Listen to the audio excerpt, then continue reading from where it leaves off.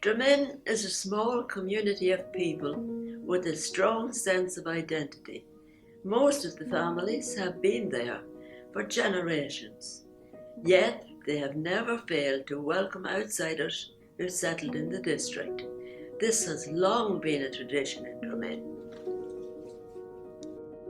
Well, my memory of Dromin goes back to when I was 8 or 9, and for me it began on the week before the pattern, because I noticed all there was extra busyness in the main street where I lived then, and the RD road, as mostly people going on bicycles to clean up their graves in Dromin, and you'd notice them coming and going, and there was kind of a buzz in the air. And on the Saturday before the pattern, my mother and my next door neighbour, my aunt, met in another aunt's house further up the main street, and I can visualise buckets of chrysanthemums were the main flowers that were used, and there was kind of a creamy white or cream and a light brown or tan and in buckets, and then there was a bucket maybe of Michaelmas daisies, which were they were the only two I knew of it. The odd person might have some dahlias that they grew in their own garden. And for those who hadn't enough homegrown of their own, the neighbours would give them their leftovers, if you like. And so there was a great busyness in my aunt's kitchen. Again, before that, my uncle, one of my uncles, went to a wood and gathered moss. And at home he made shapes out of chicken wire, in shapes of wreaths and crosses, and he filled those with the moss, and then they were brought into the kitchen, and the flowers were singled out and put in through the wire into the moss, to be held by the moss. I don't remember any greenery, it was mostly just the flowers, maybe the odd leaf here and there, and it took a lot of work. Yet we'd be on standby to go up to the station to wait for the train to come in and to get the flowers, and there'd be panic if the flowers didn't arrive. But so my mother would be, she'd make, I think whether it's 4 or 5 wreaths and a cross, but the cross would be always left for Evelyn from Gould to do. My mother couldn't touch that if she'd be only able to do the wreaths. So that she'd do the wreaths and they'd be done, but we'd wait then on the Friday night that Evelyn would come up and we'd be put to bed. I always remember we'd be on the stairways and waiting for Evelyn to come in, and we'd kind of watch through the banisters nearly Evelyn to come in, and she'd be left on her own because everybody else had gone to bed. She'd still be there finishing off the cross. It might take a couple of hours to make the cross. Would be ready to be on the kitchen table, but all she'd have to do was put the flowers on it, but that would take a long time. The normal custom that time, in those days, consisted of the decoration on the grave was of a cross, a wreath, and this RIP, which was at the foot of the grave.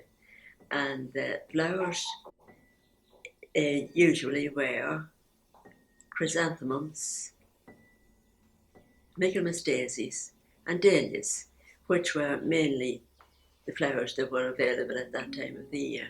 Also, they were grown at home and produced at home, in the main, because there were very few graves were decorated by the florist arrangements.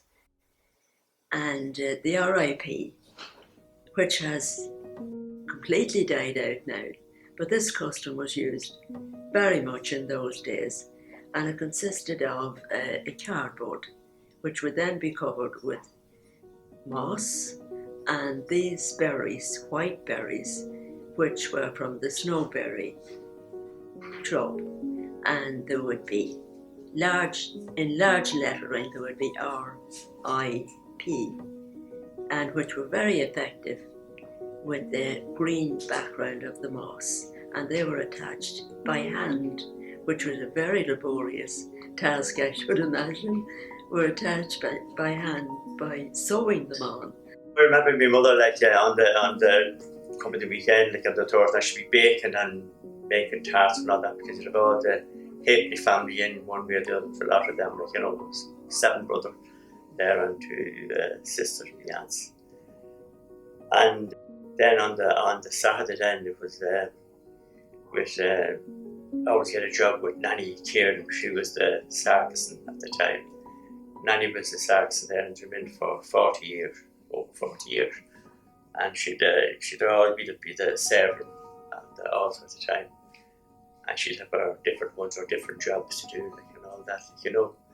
So seeing this world should be really, get your orders, you'd have to do them, like, you know, get things ready. It would be the trip over to Dromin, probably with, I think we used to get Welsh's at that time, Welsh's Hackney next door here. The Leeds would be taken over to the graveyard and placed in the graves. The people who looked after the graveyard were Jemmy McGahan and Peter McCabe. The Dromin choir in those days consisted of Mrs. Sands, who was the choir mistress and also played the harmonium. The following were the people who sang in the choir. May Quigley, as she was in those days, Teresa Halfpenny, who later became Teresa Ward, and Mary Halfpenny, and Mary, Patsy, and Una McConnon. Finnegan family consisted of Sally, Margaret, Joan, Mary, and Dolores Finnegan, and Patricia Sands. And I remember too my mother saying, and I don't know what the significance was, but this is real Dromin weather.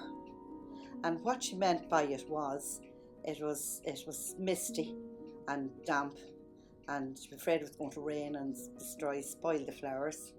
And so it was referred to as this is Dromin weather. It could be fog as well. And I suppose it was just the time of year it was October.